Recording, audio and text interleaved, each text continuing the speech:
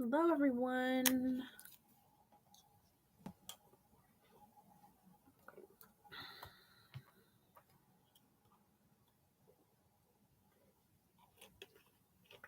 It's like extra dry here today for some reason.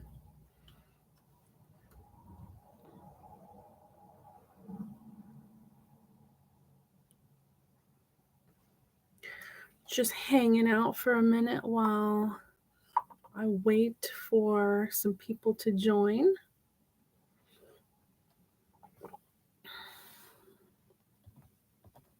Sometimes I know YouTube can be a little weird in letting people know that something's live.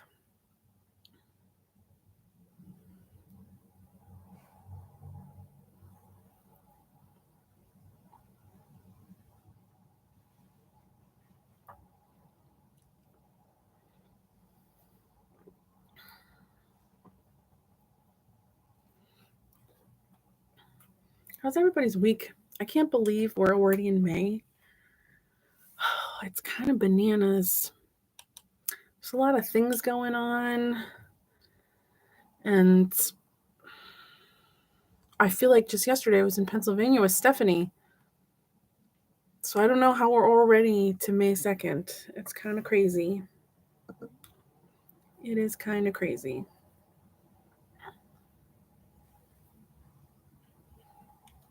Hi, Tish. Oh, I'm so glad you got your mug. And I'm so glad you can see me and you can hear me. Steph is usually the one doing the behind the scenes tech. So it was, it's not something I'm like super fluidly comfortable with yet. I've also got on my American Quilt Study Group shirt today. It's actually quite warm in my quilt room today. This will be the first room in the house that gets air conditioning.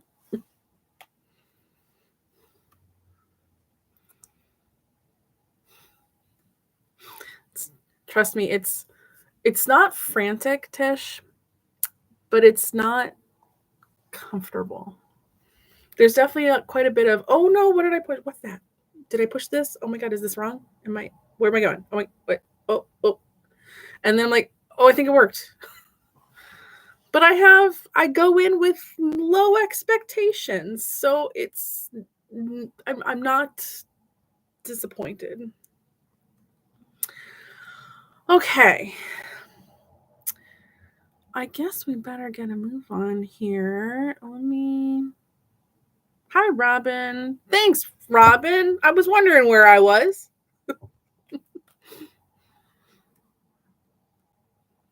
I mean, everything popped up on YouTube for me pretty quickly, so I don't know. YouTube's just going to be a weirdo. So I have a very interesting announcement to make before we get going. Let me share my screen here. It actually asked me, do you want to share a tab only? Like, we want to just share a tab. Let's see here. I don't want to share a tab. Okay.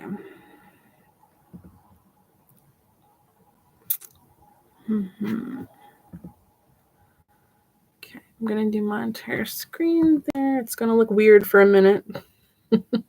It's Inception. Okay.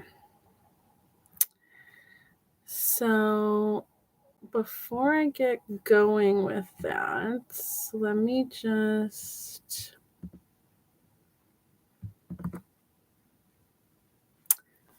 Stephanie and I are going to launch a new stream.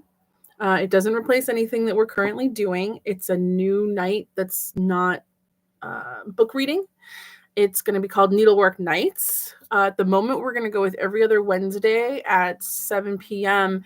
And it's going to be about needlework things. We've done so well discussing tools. We thought we'd have a night more dedicated to things like tools, and also we can do, you know, samplers and any other kind of like needlework that happens. And we thought that would be really fun. So it'll be, you know, sharing pictures of stuff from our collection, pictures of stuff, you know, eBay is always a great place to find almost anything, but pictures we find there. People can send in pictures of stuff that they want us to share. So our first, you know, our inaugural episode of Needlework Nights is going to be Wednesday, May 8th. And the topic is going to be the picture on the bottom here. It's going to be pin cushion shoes, because there's a million of those out in the world. And once you start to notice them, you will not stop noticing them. And I have a ton of them all by myself. So if anyone wants us to share some pincushion shoes that you have in your collection, you are welcome to do that. You can send them either through the Instagram, or you can email them to us at quiltnerding@gmail.com. Of course, there'll be all kinds of information posted on the Instagram and on Facebook and stuff, so don't feel that you have to, you know, scramble to like write stuff down. But you are the first ones now to hear about this. Yeah, Tish, a lot of people were really enjoying the needlework tool discussion, which, I mean, it's not over. We have another, you know, our Sunday night on the 5th that we're going to finish out the book, but it was really popular, and Steph and I were really enjoying the discussion too. So we thought we might as well keep that going. Okay, so that is that. And now we can get on to this exhibit. It just came down. I snuck in and grabbed pictures at the last second because I wasn't going to be there or something when it came down, and I wanted to make sure that this is not pictures of the entire exhibit. It's probably about half of it. So if I don't know where it went off to after us, but if you find that it's somewhere near you, you still want to go and see it, because one, these pictures don't do it justice, but also there are still surprises. I've not shown everything here. So our works by Tafi Brown, Joe Diggs, Jude, I always say this wrong, Larzelere. No, I'm not saying it right. I had it in my brain because I knew I was saying it wrong. I always want to say Larzelere, but that's not it. Is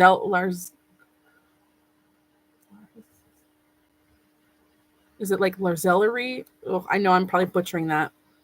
And Ruth McDowell, if like that pronunciation I had in my brain comes back to my head. And this is the intro to the exhibit here. It looks kind of funky because the wall that we always put it on is a curved wall.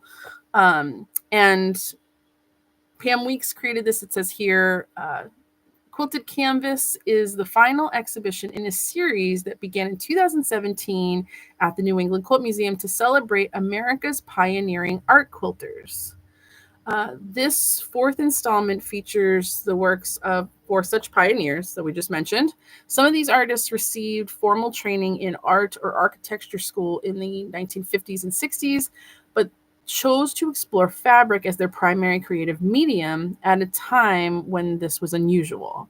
In the 1960s and 70s, the hippie movement and the American bicentennial spurred a craft revival and general reawakening of interest in fiber arts.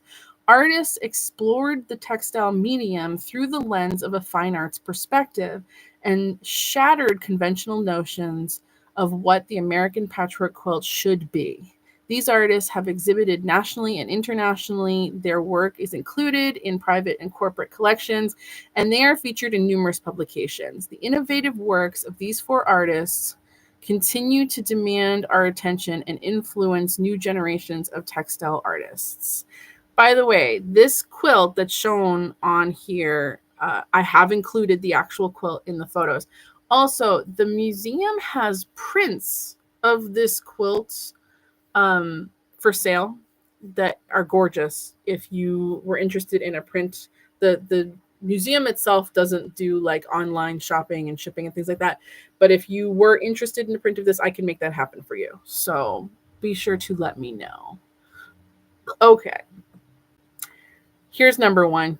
The way they had created this exhibit, you come up the stair, the museum's on the second floor, and you come up the stairs or out of the elevator, and this right off to the side. If you came out of the elevator, it was the first thing you saw. But if you came up the stairs, it was off to the side of one of the first things that you saw. It's very big and striking and very interesting. Also, let me just say, these photos haven't been edited in any way. So the light that you're seeing on the quilts and in the photo, that's the real light. I didn't change anything because I think it's important that what you're seeing on display is kind of what everyone really sees. So this quilt is Joe Diggs' 1991 Steel Garden. Cotton silk blends, hand and machine pieced, hand quilted. It was created for a competition entitled Fabric Gardens, which premiered in Japan and then toured the US. It had awards.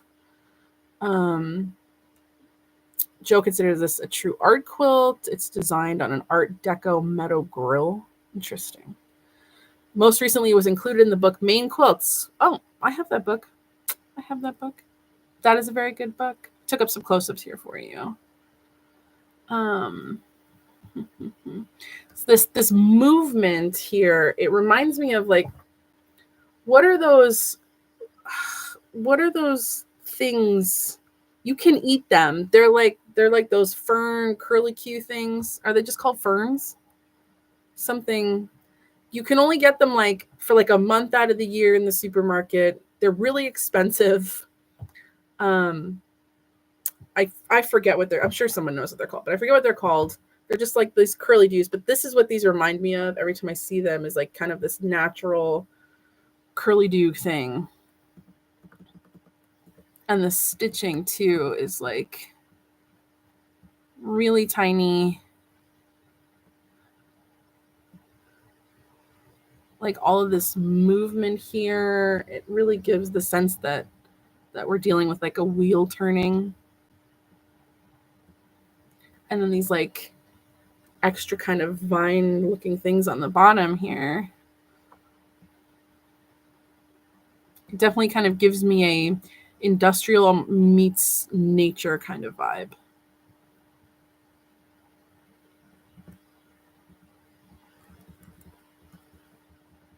And then of course I love the colors. Anything that has blue in it, I am really on board.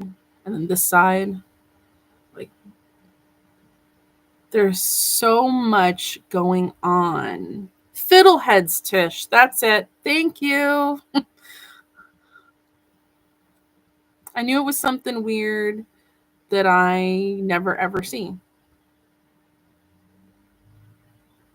Isn't that interesting? See, the thing with me and why I generally just like don't create things like this is I can't necessarily have this kind of creative foresight into how to piece everything in such a way as to end up with this kind of artistic output.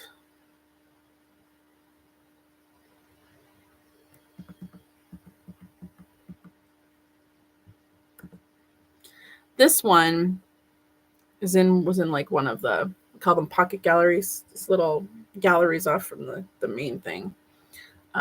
This you saw as soon as you walked right in the room. It was very, very striking. All that red and all that piecing. I was at first you can't really like, it's hard to describe how it makes you feel about piecing this at first until you get a little closer. I'm gonna have to say that name right. Is it Larzelere? God, I feel terrible butchering people's names. This one's cotton sateen, hand dyed by, be like Heidi Stolweber, Machine Quiesum. Oh, this one was available for sale. I didn't even notice that part. Actually, someone had come into the library one day when our shop manager was in there and asked if any of the quilts were for sale. And my first instinct is like, I don't think so. And she's like, oh yeah, some of them are. I thought that was kind of neat. I have yet to kind of pay attention to see that.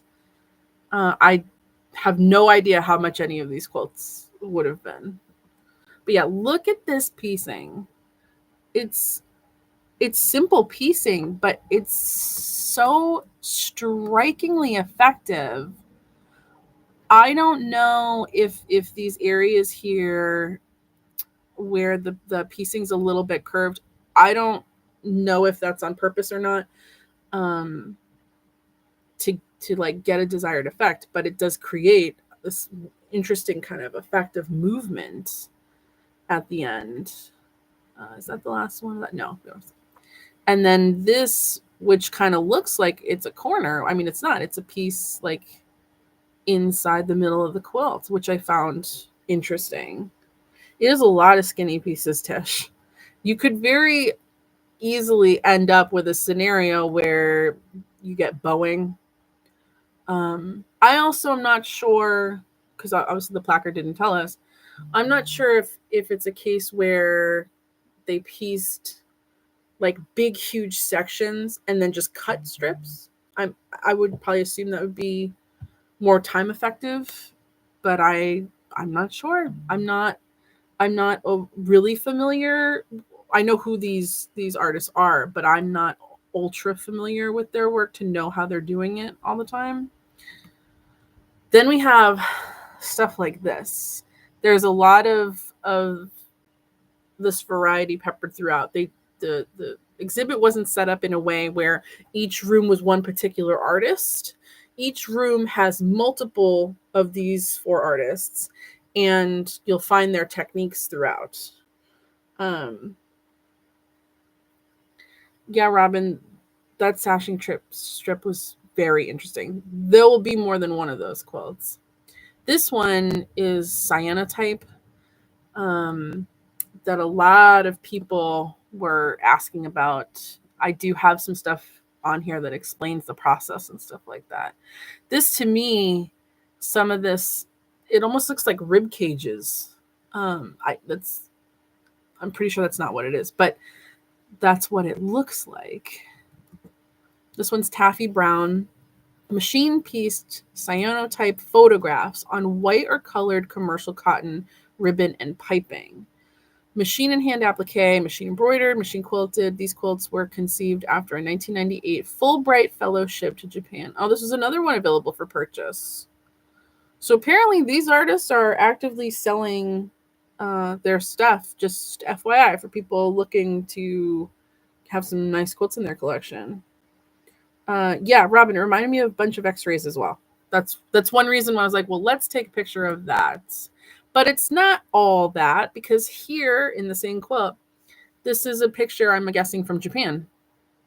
And you can see in this bottom red section here that it's also people, just photographs of people in there. And it kind of looks like this like horseshoe effect. And then all this other work, like this piping here on this side, it's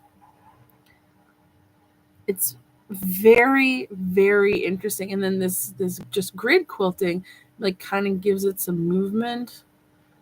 Like I'm assuming this is probably some kind of temple, and we got a bunch of birds, but it's so weird how it looks from a distance. Yeah, and then the bottom here has that kind of x-ray kind of look. No, okay. I thought I went too forward. Yeah, so here's that kind of x-ray looking work. But then if you look at the bottom here, that kind of looks, I'm not entirely sure. It kind of looks like a boat. I'm not sure if it is. Again, we'll see more work using this technique. But again, not all of the work. There's definitely more that you can be seeing. And then it's just a mirror kind of image on this red side here, but it looks totally different given the red versus the blue white. So it makes you wonder how someone kind of ends up making something like this. It's bananas. So here is a book we had in the library for people that I just took a picture of real quick in case people were interested and wanted to learn more and wanted to pick this book up. It's small. It's does give like step-by-step instructions, but it's not like a big book. It's a small book. Now look at this one.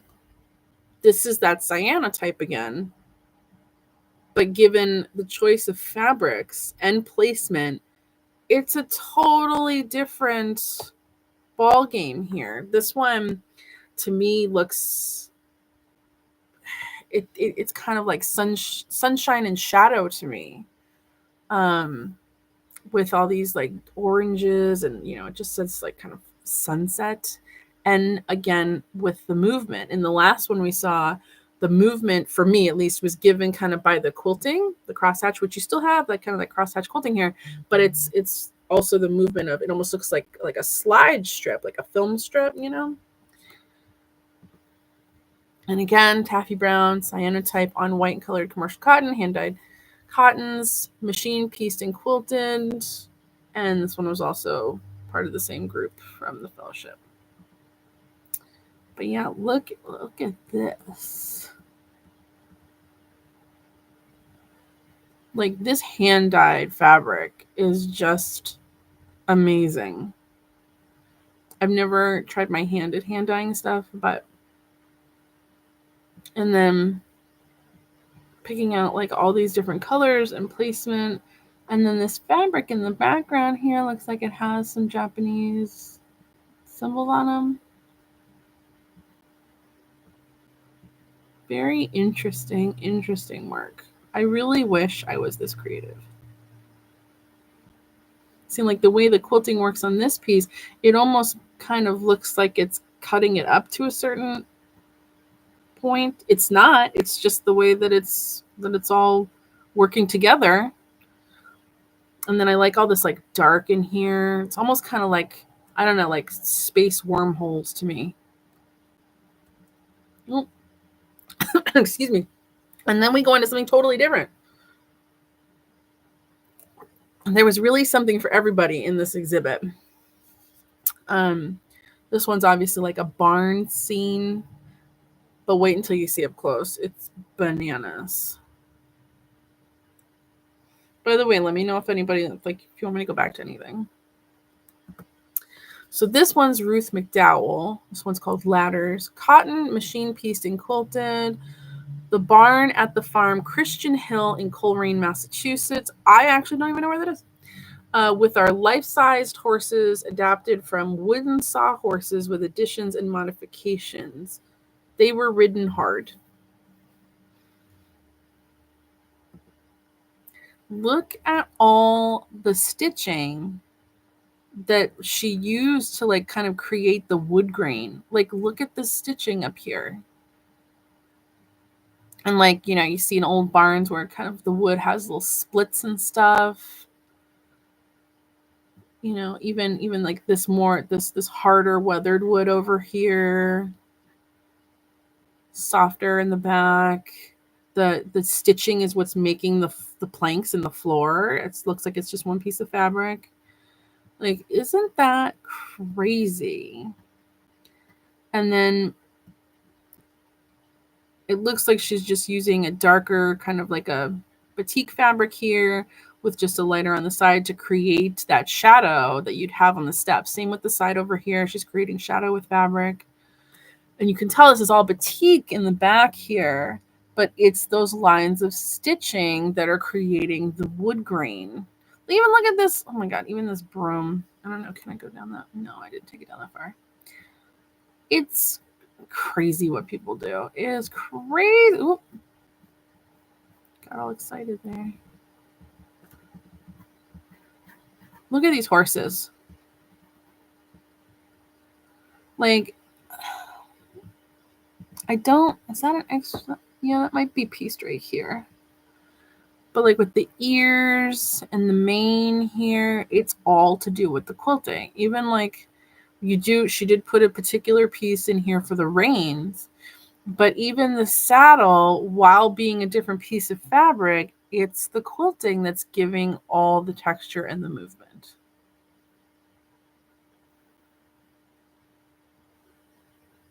It's just, people really just surprise me all the time with what they can make. I can't even have words. Can't even have words. Now this piece was very hard to get in one frame because it's in, again, one of those kind of pocket galleries. And then behind me, when I'm taking this photo, there is a glass wall that the museum uses purposely when they want to portray both sides of a quilt. There are a couple of places where they'll hang one like from the ceiling, but this particular place is made for that. So I'm trying to get this whole, because you can see it's like 4 panels. You can see kind of the up top here. It's like 4. Well, the hanging sleeve. Well, I guess that's just the way the hanging sleeve is moved, but it's large. I technically don't even know if I have the total edges in there, but this was really cool. I was at the museum when these exhibits were being installed, and I remembered asking Pam, see these leaves down here? So there's a leaf in the back here that is patchwork into the quilt. And these lighter ones on the front are kind of freestanding. I thought, because sometimes what happens when people send quilts in when they're like this is, they'll have everything kind of folded flat. And sometimes quilts get extra embellishments or something that they might take off for transit that comes separately. And then we're instructed where to put them.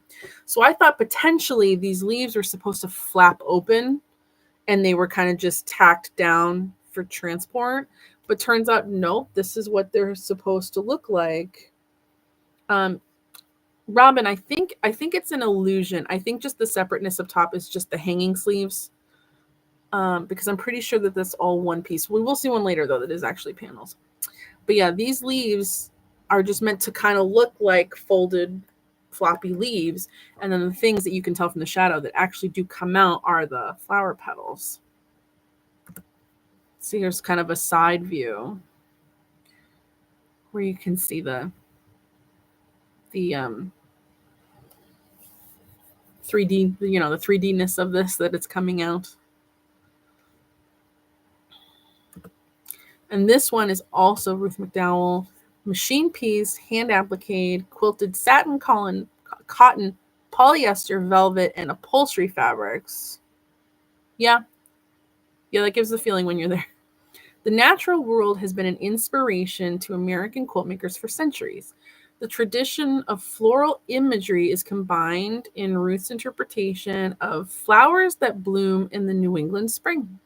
Bloodroot is an original 3-dimensional and double-sided design. Yes, I had to think about that for a second.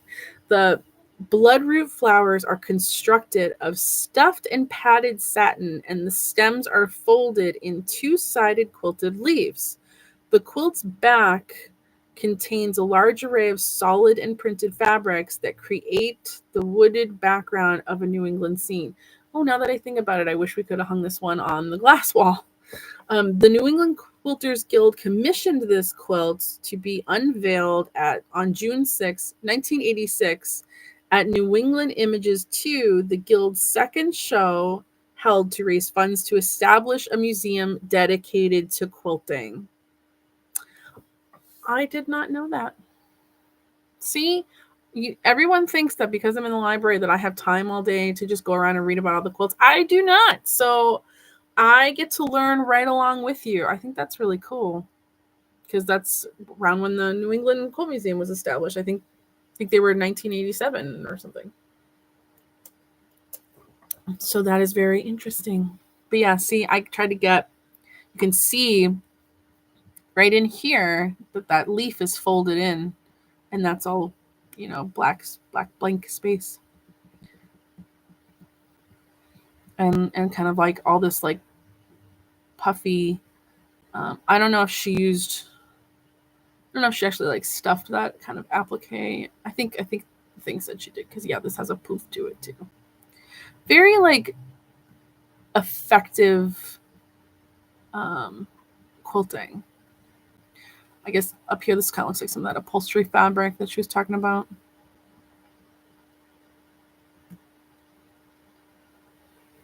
More of this dark light, she said, to give the kind of wooded illusion. You can see the light off that, because what she used to make the flowers was a much more like shiny, probably that satin fabric, and it reflects the light. So to make all these brown backgrounds for the wooded area to look darker. And then we'll move on to something like this, which does not have any 3D elements. I love all the plaid. It was the plaid in this for me. Like, I am a plaid girl through and through. Give me all the plaid. I hated plaid as a kid. I love it now. Isn't that funny? So this one's also Ruth McDowell.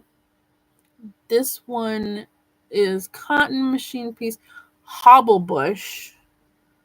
Hobblebush is an understory shrub. I'm not sure what that means. I'm sure somebody does. Native to my area in Massachusetts. Umbels of white flowers in spring and usually a clear yellow leaf in the fall. At the edge of the shady forest, I chanced upon one growing in a sunny spot with spectacular fall foliage of salmon, red velvet, burgundy, and lemon yellow. This is a color scheme I haven't worked with often and presented some real fabric challenges, both for the colorful leaves and to keep my impression of the edge of the forest habitat. Working on a piece quilt like this one is a creative challenge. It must work in composition, color, value, and a mix of patterns. I mean, I think she executed that pretty darn well. It begins because of the piecing format with a detailed line drawing. In this case, inspired by the pattern of growth of the hobblebush in an elegant composition of curves. Because of the piecing format, there is an underlying unifying structure to the quilt, entirely distinct from a quilt made by applique. Then the process becomes choosing the collage of fabrics, working from a collection I have built up over decades. Each piece of fabric must work in the context of all the other pieces. In addition to considerations of hues, value, and intensity, the mix of colors and patterns in the fabric must fit in my overall scheme, including exactly which part of a fabric design and at what angle. This is a huge mix of cottons, printed and woven hand-dyed commercial fabrics from a 40-year time frame. For me, this is the most interesting and most challenging part and the most fun. I'm never sure when I begin exactly where the fabrics will take me. In this case, the large light and dark plaid on the right was a surprise. It could be that the straight geometry of this plaid complements the curves of the piecing, and that the light and dark squares are a reference to the light leaves and dark spaces of the rest of the quilt. Then the sewing begins to assemble the quilt top, right sides together, following my pattern. With the top completed, I consider the quilting lines, which will develop the low relief of the finished quilt. You can look at Hobblebush quilt for a long, long time. Wow, that was a very involved explanation, but makes a lot of sense. Ugh, I would never think mixing like just kind of plain batik hand-dyed kind of looking fabric with plaid. But I am really on board. Well, actually, she's mixing all of it, isn't she? Because she's got like a printed batik here. Then this is either one of those like kind of hand-dyed looking batiks, or it's actually hand-dyed. And we've got the plaid here. Like, and not just that, like look at this part of the plaid. up here, where it's like a gradation, and then of course this plaid is like a woven. Yeah, lots of things going on. Oop. And then yeah, I took this picture because it's yeah, Robin, it's like a brush stroke. It was so different next to this polka dot, like, you know, you're just kind of like, what? Oh, sorry. You're just kind of like, what are all these things and what are they doing together? And why do I like it so much? Like, this is all one fabric here, but the way that it's like put together, yeah, it's like someone like painted like some black in between. Let me go back to the whole thing. Yeah, look, like this side here is what we're just looking at, like right here. Like, how would you? And then the first part we were looking at was like right here.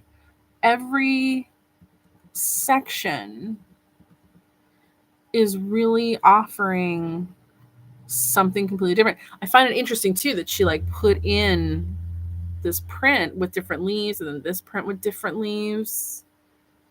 But yeah, and then all of these leaves in here being so strategically pieced. Like she said, everything's got to play together in just the right way. So the amount of like auditioning of the fabric that I would ask to go into this, and then like this piecing down here, like I'm so glad that there are people in the world that their brains work like this, because I'm pretty sure that mine doesn't, and I would miss this kind of stuff. And then you kind of got this like light peeking through this kind of wooded background scene. Oh, it's just perfection. Just perfection. But yes, you could sit and look at that for a long time. I would thoroughly enjoy having that quilt in my life. And then we have this one, which I found very striking, like just from looking at this perspective here.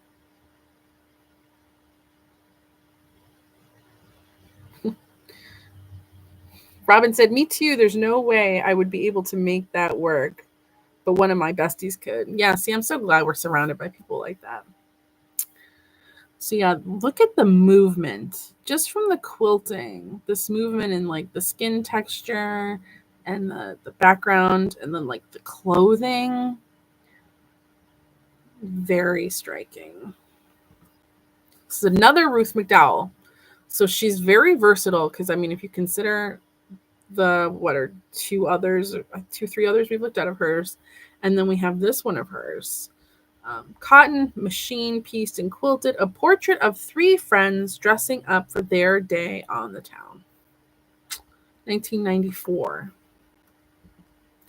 Yeah, look at the movement in this collar.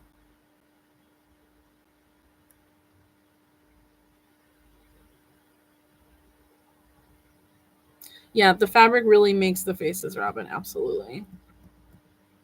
The fabric, the quilting, I'm assuming, like, because when you look at the way this face is done, I'm assuming this is all like custom. I can only imagine.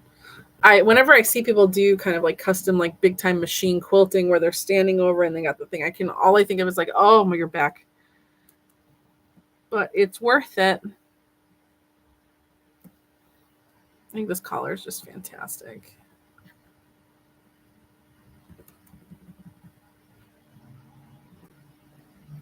And then this side, and then again, we have that plaid for her too. They also have like really great hats. And then it's like piping along whatever her outfit is supposed to be. It really jumps out because it's not quilted, while everything else around it is. This one has kind of like geometric like squares And then like circles here.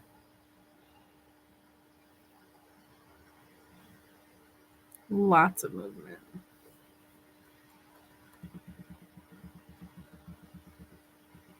I love the background too. The background is great. Yeah, Robin, the color is really cool. So here we have another cyanotype, which is totally different than the other ones we've been looking at. Like, this stuff is bananas. And she's got in this thing, she's got cyanotype everywhere. So all of this down here is the cyanotype. This here and here. This is like one photo used 4 times here. You know, this where she's doing kind of like that, it almost comes out like a kaleidoscope. It how anyone figured out to put this stuff together, I just don't know. So yeah, Tafi Ronningen, cyanotype photographs printed on hand-dyed commercial fabrics, machine pieced, appliqued, quilted. This quilt is about the company I worked for and collaboration and teamwork needed for building a timber frame house. The deepest collaboration springs from people using nature to build shelter. The town of Alstead, where I live, is where many timber frame businesses originated. Oh, and this one was also available for purchase. Apparently there were a lot of them. Wow. I did not know that. Look at that. Oh, just look at that. Isn't that crazy? So look, it's guys building stuff. Like, did you think that's what that was when you were looking at it far away? I sure didn't. Here we've got a frame of a house. Yep, I didn't think that's what that photo was. Here you've got, so it looks like it's the same photo, just a different color and reversed. But yeah, here you got someone raising a frame of a house. Did it look like that from far away? Mm-mm. And then all this piecing to frame the photos inside. Like that is a thin line of piecing there. Look at this like tiny little triangle here. Tish, I did take a picture of kind of like the cyanotype process and stuff too. And then yeah, here's just a couple people hanging out at the top of a frame. And like all of this too was the cyanotype of you know, just some foliage.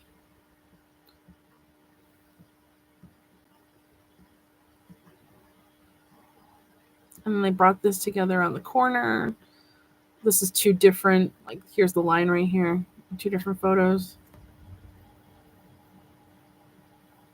Well, Tish, apparently this quilt was for sale. Maybe you should buy it for your son, the framer. You should definitely show him this. He'd probably think it was very cool.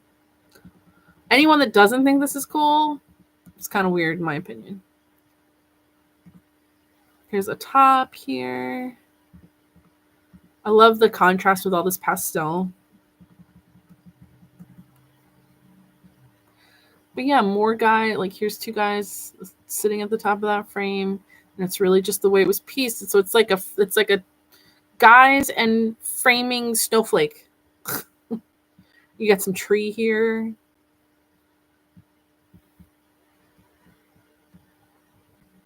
And then here's just a close-up of the framing made into kind of that snowflake shape again with just simple crosshatch quilting.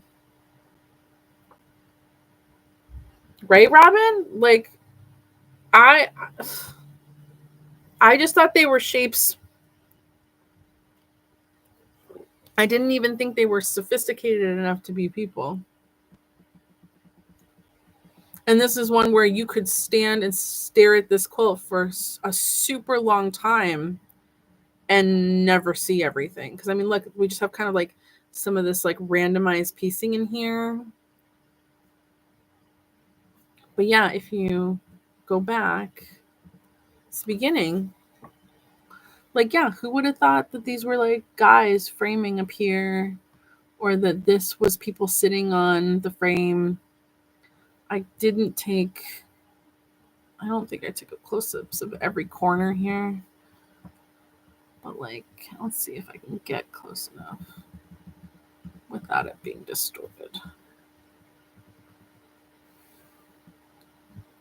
So this one looks like someone kind of standing over working on a frame with this interesting piecing in the middle here.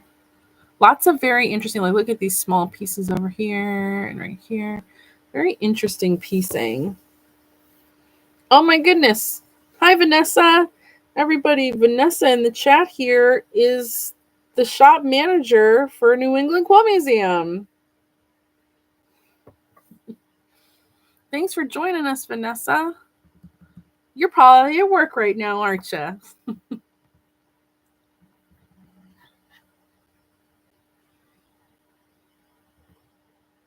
Okay, so I think, yeah, so here I took a picture, Tish, because you were asking, of an actual like photograph that I was put in there. Isn't this kind of cool? It's almost like taking an X-ray of an object, because obviously these are flowers, but I feel like in this kind of photo process, you're seeing kind of the bones of the flowers. So yeah, this is cyanotype flower photogram. Light sensitized cotton. Cotton fabric is treated with light sensitive chemicals and laid on a sheet of glass. The daffodils were placed on the fabric and a second piece of glass placed to press the flowers down. The glass flower cotton sandwich is exposed to bright sunlight and results in prints. This other part on the bottom, I don't think I took a picture of that one. So. And then here's a whole thing about the cyanotype process. While there are quite a few different formulas for the amount of ferric ammonium citrate and potassium ferricyanide around, attesting to the fact that this is a user-friendly type of photography. It is still these two iron compounds, when mixed together, placed on natural fiber, paper, or cloth, dried and exposed to the ultraviolet light of the sun, that will turn the surface on which they've been placed to an intense indigo or Prussian blue color that drew me to this process originally. If the sunlight is blocked by a photographic negative or by an actual object, a white image is left where the sunlight was unable to reach. In order to achieve fine detail, whatever is used to block the sunlight is usually put between a sheet of glass and the coated surface of the cloth or paper, which is resting on a stiff or hard backing. Good contact is made tight by clamping the glass and the stiff backing together. This sandwich is left in the sun for an appropriate amount of time, depending on the season of the year, the density of whatever is blocking light, and the amount of intensity of the blue desired by the artist. The amount of time can vary from 3 minutes to a flexible hour or more. How long really? That is determined by using test strips, just as photographers in a dark room situation used to determine exposure time for black and white photographic prints. During exposure time, the now dry chemical compound that coats the surface will turn from chartreuse to somewhat gray or gray-brown color. It does not turn the indigo blue color until the print is placed in water. Washing gets rid of the excess chemicals left from the parts not exposed to the sunlight, and it causes a final chemical change that results in the blue color. Once the water runs clear, the print is hung to dry. It is now archival and ready to use. Who would have thought? Who would have thought?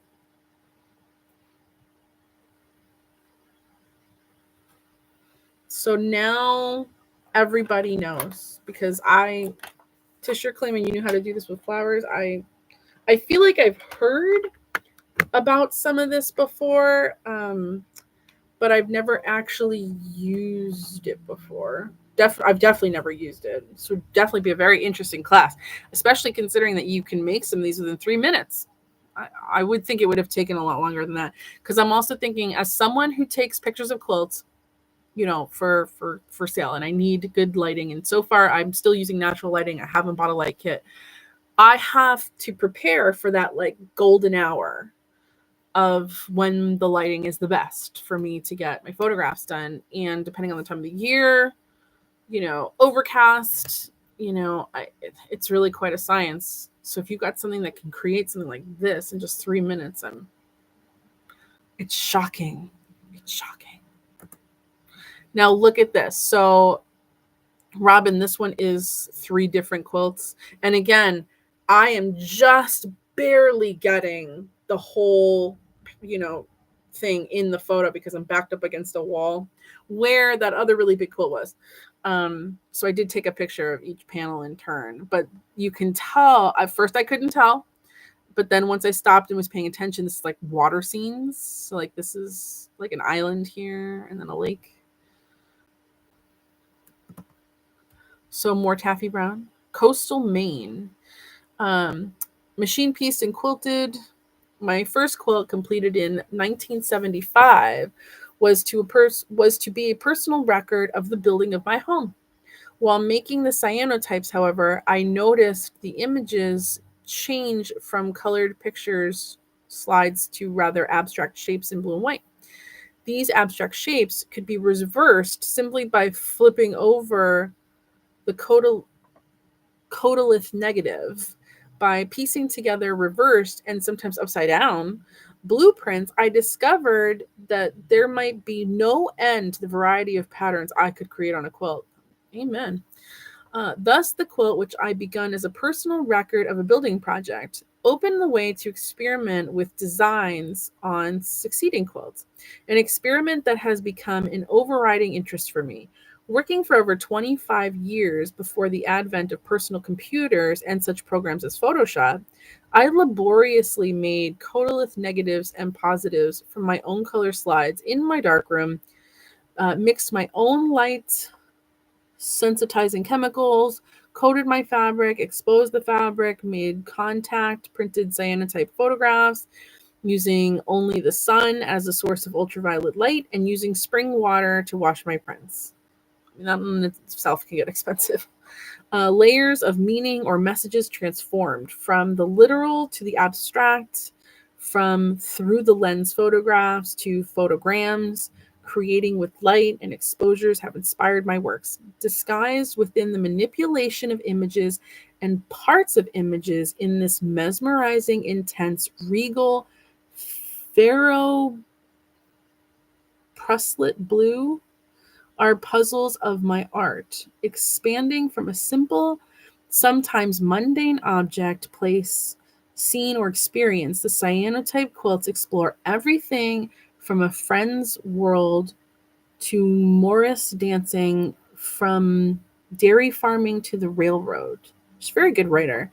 Many, many timber frame building projects, my own personal house included, found their way onto fabric. More recently, impressions from travel to Japan and to the Galapagos Islands served as catalysts for cyanotype works, although by this time the use of hand-dyed fabrics has allowed for more emotional expression of the mysterious within the common. Oh, she is quite a writer. So yeah, check this out. All of this is like water scenes. Like you got sailboats up here. This looks like docks and boats. This looks like 2 different parts of a boat here put together. And then over here kind of looks like an island, like a rock facing part with trees. And it's just, again, 2 different sides of it put together. And then another little island here. It's funny. I'm pretty sure at the beginning it said this was in Maine. I have an aunt that has a cabin in Maine on Sebago Lake, and my partner and I go up there a lot. And looking out from her dock, you can see a couple islands. They're not, they're just trees. not big enough probably to put a house on. And one of them is like a big rock with one tree. So we call it One Tree Island. So every time I see these little Maine islands, I always think of One Tree Island. And then here's the middle. I really like this fabric she used. It's like sashing in the middle here. I mean, she even like snuck in a tiny little photo right here that looks kind of like a complete scene of maybe something more like this. Looks like maybe it was a zoom in maybe, or kind of like this coastal rock kind of situation here, and more sailboats, and then that big boat again, and more of this kind of rocky coast.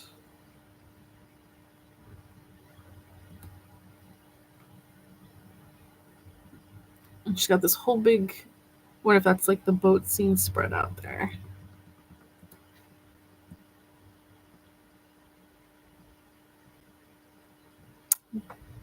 No, that looks like, is that more rocky coast, but from the island looking out maybe? Because here's that boat scene, which you can see better up here because this one is lighter than the other one she was using.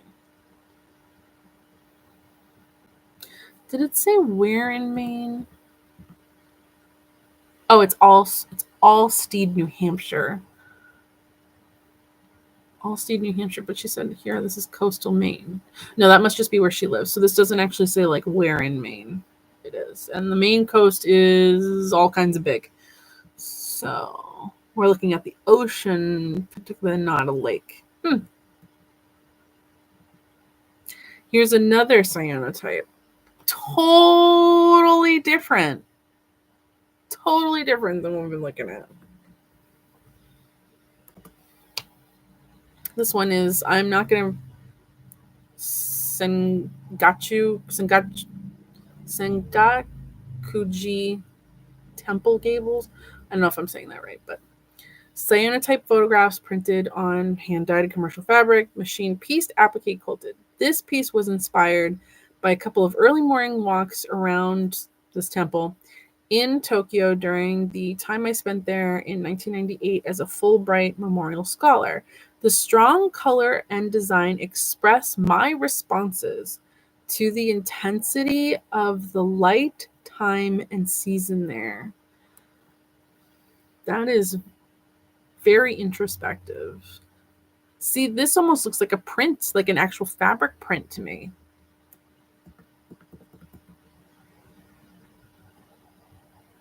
Like some of that I can't even begin. Like, so I get, this looks like treetops to me. But some of this I can't even begin to decipher what it might. This almost kind of looks like you're looking through like a wide kind of like fencing situation.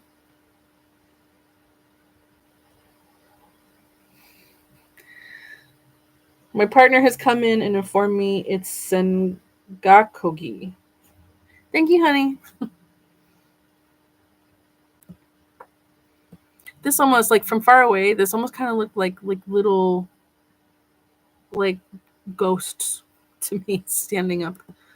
But yeah, I don't like, is this maybe like the apex of the temple that she was using? Like, I don't know. Oh yeah, bamboo. Maybe bamboo. That's definitely possible.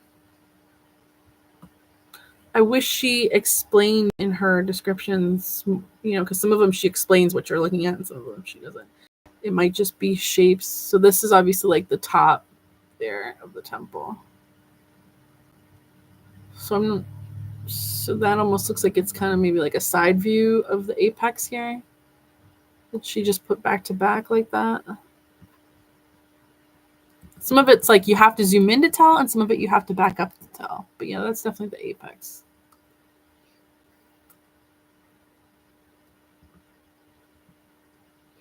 And then you can see this piece here looks, I would have thought it was pieced. Is that just quilted to look like it's like a blanket stitch. Or is that appliqued as a blanket stitch? I don't remember from viewing it, but it looks pieced over here. I don't know. Definitely kind of looks pieced with just a blanket stitch put on it for decoration. All the things. And then we turn the corner here, and then we do something totally different with these rolling hills. This reminds me of Lancaster County, Pennsylvania, and all of their rolling farm hills and things like that. If you've never been to that area, you should go. It's totally beautiful. It doesn't smell great, but beautiful. This one's Joe Diggs, Portland, Maine. Patchwork landscape. Cotton, hand appliqued and quilted. The idea here is to enrich a landscape by applying a grid of patchwork, changing the color of the sections to red, green, and so on. Notice the hand quilting. Oh, it's hand quilted. Especially the stippling in the sky area. The second quilt in the simple landscape, more interesting landscape exploration. Yeah, look at all that. I totally like it. Totally went over my head as I was like originally reading it. That was all hand quilted, but like that's nuts. Look at all that in there. And then you kind of like strategically leave some areas less touched to kind of create that kind of 3D pop-up movement. It's kind of funny too, because like I totally have some of this fabric. Oh my god, all those look at all those tiny stitches. Half of me wishes I like measured it now to see how many stitches per inch, but that's a lot of stitches. That is stitches. And then look, we're like making like little like farmhouses here, dairy barn with the silos and stuff.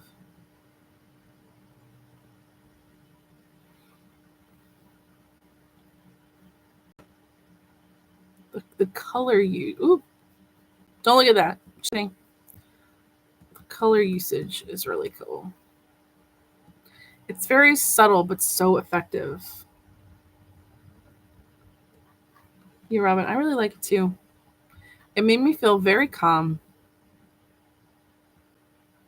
You know, and then to create this kind of, you know, light, dark shadow here to get this piecing to match up. I imagine lots of layering happening. Lots of layering. And then we have this one. Remember when we looked at the first one, there was all that string piecing? I was like, don't you worry. It won't be the only one we see. All I can think of is that if I tried to make this myself, in no time, all of my strings would be like this big bow like this, because I would forget to alternate sewing up and sewing down so that they don't do that.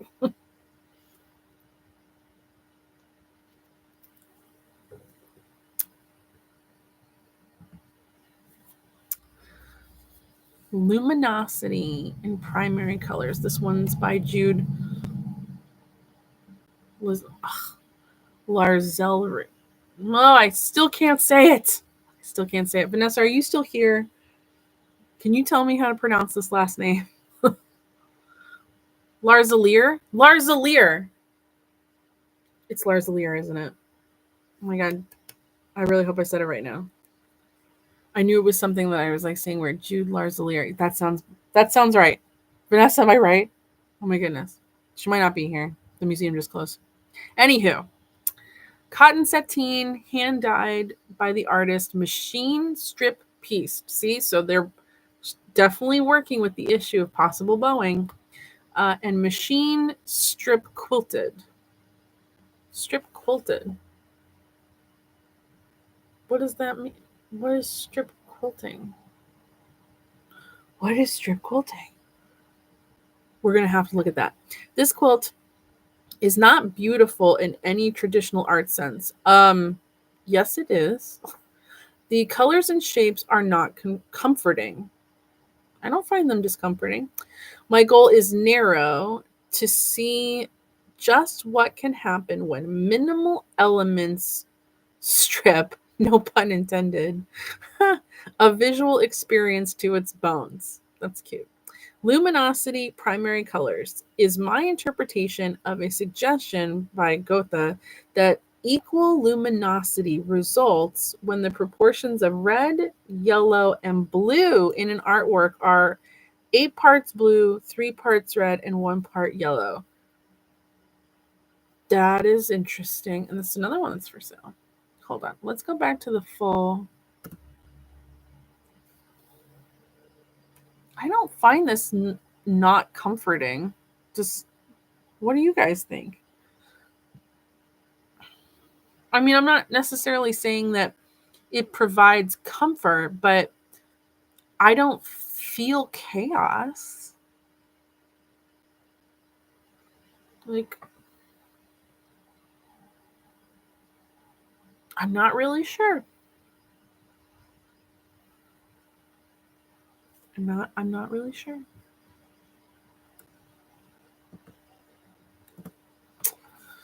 So it said strip quilting. Strip piecing and strip quilting. I don't see, unless it's quilt as you go. Is it quilt as you go? Like, I don't actually see quilting. I only see piecing. So Tish, you find it disquieting, okay? And Robin reminds me of pictures of blurred lights in the rain. Yeah, I get. Or when people that have astigmatism and it's raining and they see headlights. I could see that. Yeah, I'm guessing this has to be quilt as you go for the strip quilting part. There must be a foundation. Yeah, it's that yellow is yellow, where all this blue is very denim.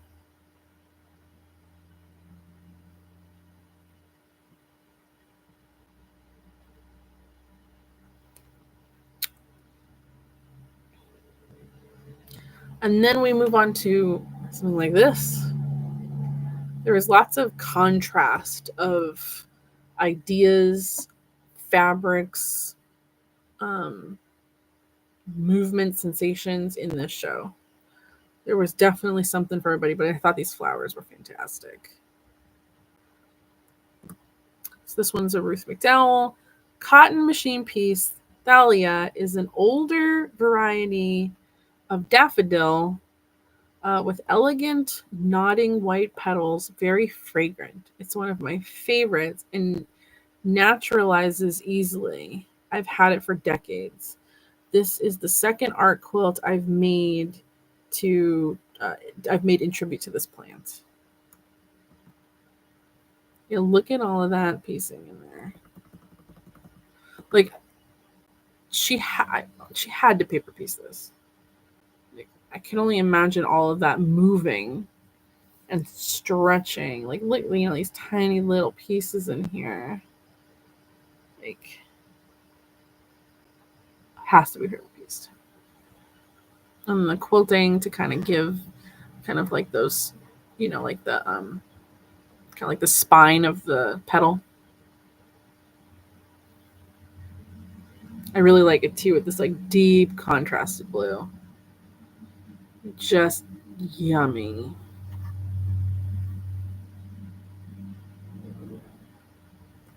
That is very yummy.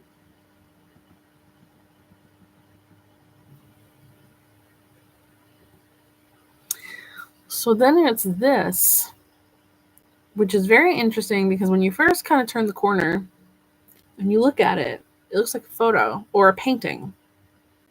It is fabric. It's fabric. It's crazy. Look at that. It's all pieced. It looks to me like this birch tree here this is all like painted on, added to just like a whiter grayish fabric. But yeah, look at all that. And this is a, it's not large. It's like portrait size, I guess. And there was this one next to it. That one's probably like, the picture itself, I want to say is maybe like a 5x7 or like a 6x8.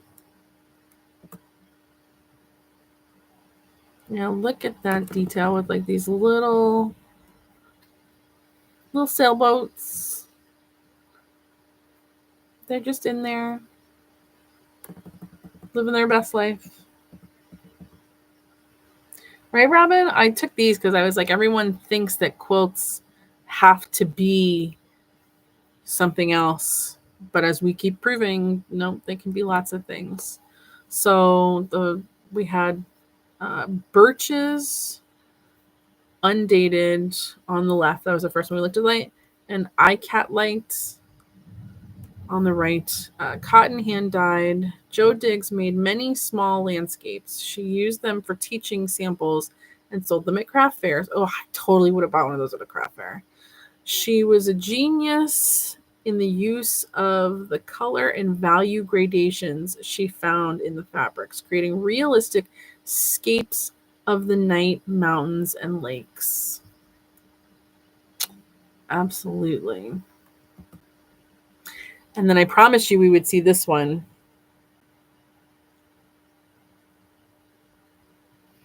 No, Tish, absolutely. Like, a lot of it is definitely having the artistic eye, which I can tell you I do not have. I definitely do not have. This quilt was, the way it was hung was it was hanging next to the elevator. So when you came up the stairs into the gallery, it was immediately to your left. And it stood alone. Like, it was when you get up into the landing of the gallery, it's a big open space. So it was very striking in this place. And as a reminder, the gift shop has a print of this quilt for sale that I am happy to help you buy if you are interested in that. It just comes like in a tube roll that you just get framed yourself, but it's a really great, like, high quality photo. It's not one of those like not great ones. So this one's on Jo Diggs, Many Winters. Cotton, hand appliqued and quilted. This quilt is the second in the 4 seasons series. Like Autumn, it has multiple views where one landscape morphs or blends into another. Shown the 2001 Maine Biennial Show at the Portland Museum of Art, this quilt and Remembered Vistas both explore multiple views of many landscapes that merge and flow into one another. The artist quilter expands a single landscape using shifts of color and perspective. I found the birch trees especially interesting, but yeah, like all of this different, like, rolling hill kind of landscape. Like here it looks like a lake where the sunset's reflecting on it. Like, having the forethought to envision that kind of placement, I'm very jealous. And then it's interesting too that there's a quilting line that goes down the middle of that. Personally, I liked the way the birch trees were done in the kind of framed piece better, but these ones are very striking, like from a distance. Do I have another close-up photo? Yes, this is the other side.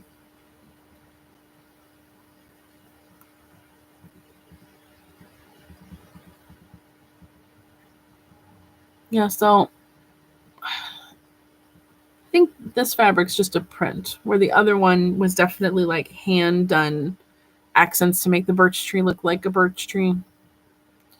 This one almost looks like the way that this kind of dark rolls in here. I picture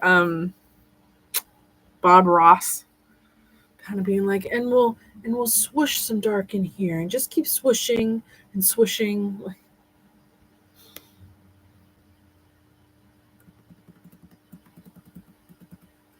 And then from that, oh, this is more of the birch with the dark in between. Yeah, that's definitely got to be a print. I think I have that print actually. But from that, we go to this. This is what Pam got to see outside her office door all the time. I think it was on purpose. This one's really, really cool because you have, I'm, you know, this like tree with this big like maple leaf behind it. That's just really, really cool.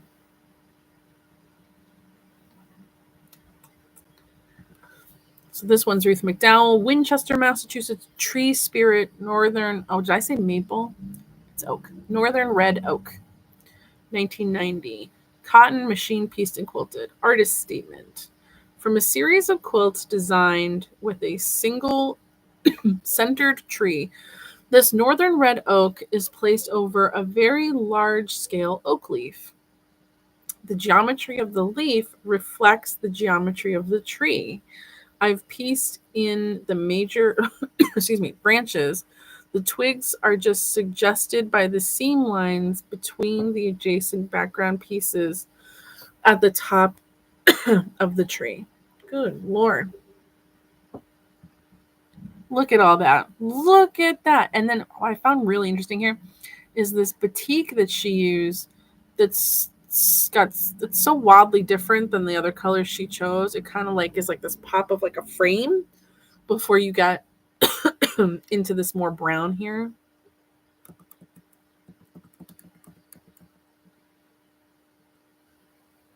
Look at all that piecing. And this just this like collage of fabrics.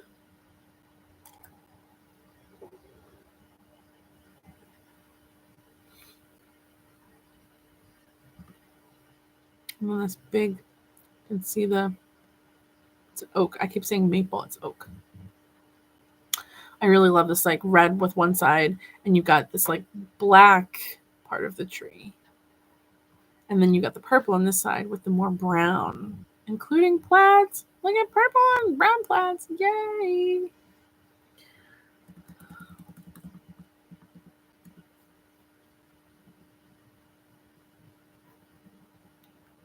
Isn't that fabulous? And look down here, she's like quilted in more tree limbs and branches.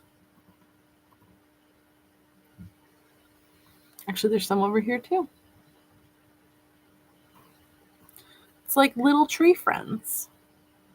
Extra little tree friends. Yeah, this quilt is stunning. This red, I'm guessing it probably wasn't a mistake to have this like red stripe in contrast with this purple plaid right here, because it can be kind of more structured, like, you know, like veins of the leaf.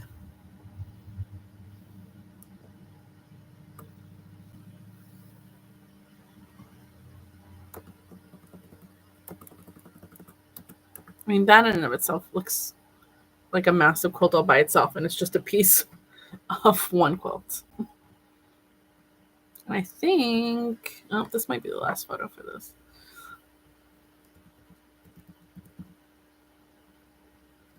Yeah, the patterns that she used for the tree limbs are just perfection.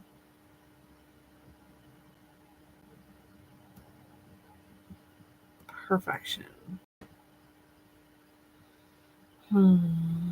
This right here almost looks like a tree, like reflection in water from far away. I know that that's not what that is probably, but it looks like that's what that is.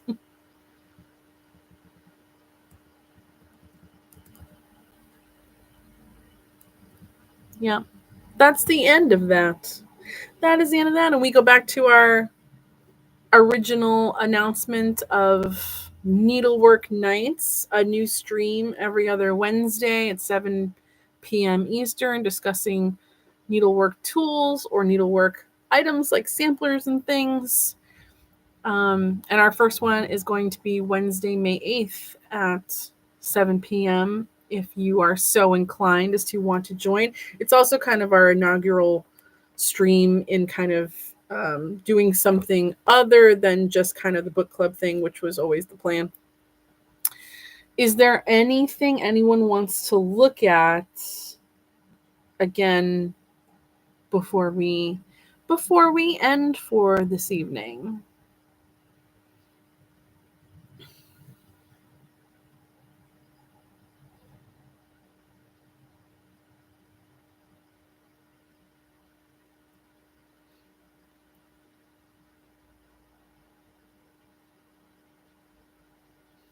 If not, then there are a couple other announcements. So the reason I'm here for this lovely pop-up is because Steph has been away on a quilt history retreat that Leah Zieber runs. She's currently starting the trek home, I believe. So I did want to let everyone know that as of this moment, she is definitely planning to do her Monday stream on her Twitch channel. Robin, could you stick Stephanie's Twitch channel into the chat? Where I know she's planning to talk about her trip and do a little show and tell. So if you guys want to hear all about that, you want to tune into her Monday stream at 2 p.m. Eastern. And then on Sunday the 5th, before her stream, we had to move some of our streams because of her travel. So on Sunday the 5th, 7 p.m., we're going to be finishing our reading of the Antique American Needlework Tools book, Dawn Ronningen's book. Then on Wednesday, we're going to start our Needlework Nights. And then on the Monday the 13th will be our interview with Dawn, because we had to move that as well because Dawn also had some scheduling conflicts once we started to bring up Steph's scheduling conflicts. So we had to move that. So make sure that you're tuning in for that, where we're going to have Dawn on screen. We're going to talk to her. You're welcome to send in questions that you have for her about her work, her interests, her books, her processes, things you want to, her collection, if there's something in the book you want to ask her about. Feel free to send those in via the Instagram. You can send them in privately to myself or Stephanie on Facebook. You can also email at quiltnerding@gmail.com. And was that all? Was there any other thing? Oh, I'm still trying to work on making a new potential setup for getting some photos for an unboxing. It's not that I dislike doing unboxings the way we've been doing them, kind of just I'm like literally live opening the box and holding things up to the camera. The only thing that kind of stinks with that is like we can't really see the whole quilt. I certainly can't see the whole quilt because I'm literally holding it up. It's not easy to kind of get close-ups of things. So I'd like it if I could, if I'm holding up something, like a pin cushion, that's easier to kind of get close if I wanted to. But a whole big quilt, I kind of want you to be able to see more of it. So I'm working on that. So don't think I have forgotten about that. There's a whole pile of quilts and things. And otherwise, I don't think there's any other major. Oh, if there's still time to enter to win Dawn's new book about sewing rolls. That's part of our Book Talk Tuesday and reading her Antique Needlework Tools book. The instructions to do that, we talk about it in the last live stream about that book and on our Instagram. You have to take some sort of photo with your book, either with your person or your pet, or set up on your sewing table or on your desk or something. And either share it on your social media and tag Quilt Nerding, or you can send it to us if your social media is private, and we will share that for you. Something that says, I'm participating That gets you entered into the drawing for Dawn's new Sewing Rolls book. And for that drawing, we're going to do that on the stream that's on Sunday the 5th at 7 p.m. So we ask that you have any of those entries in by around noon that day, just to make sure we have everyone accounted for. And I think that's going to do it. Actually, we went for an hour and a half. I was wondering how long we might go for. Tish, you're very welcome. I'm so glad you enjoyed it. And Robin, thanks so much for being around, doing all the stuff that you do. And Vanessa, I don't know if you're still here, but if you are, thank you so much for coming by. And my lovely sweetheart who told me I was pronouncing things wrong. I appreciate that. And yeah, I think it's gonna do it for us. Until, let's see, the 5th would be when we're back. Yeah. Right? It's the 5th. Yes. I can't believe it's already May. It's bananas. But yeah, that's going to be when we're back. That's what we're doing. Follow us on the Instagram and Facebook, and you won't miss announcements or things. We're pretty good about keeping up with the announcements. So thank you so much for joining me, guys. I hope you had a great time. Bye-bye.